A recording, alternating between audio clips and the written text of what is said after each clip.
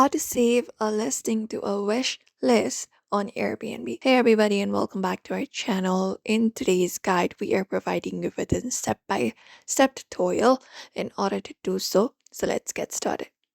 We can start by opening up the Airbnb application, or you can even use the website and log in if you're not logged in. After that, we can specifically search for a place that we would like.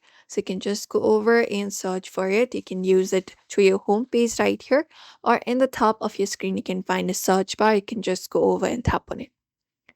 And once we've tapped on it here, we can see these options here.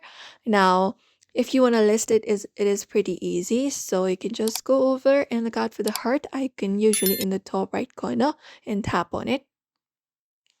After that, we can choose up a wish list. So what we can do is we can just go over and choose an existing wish list from here or create up a new one. So I'm just gonna add a new one since I don't have one, but you can choose the one that you've already created. After that, just go and tap on create. And when you do, that will be added to the wish list. You can name it and save it up, and the heart turns solely red or pink. That means it has been saved on the wish list. You can just go and check it out. You can also add other hotels to wish list as well.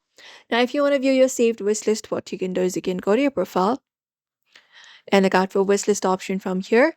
If not here, look out for wish list option in the dashboard menu. Tap on it, and there you will be finding your wish list of your hotels on Airbnb. And that's it.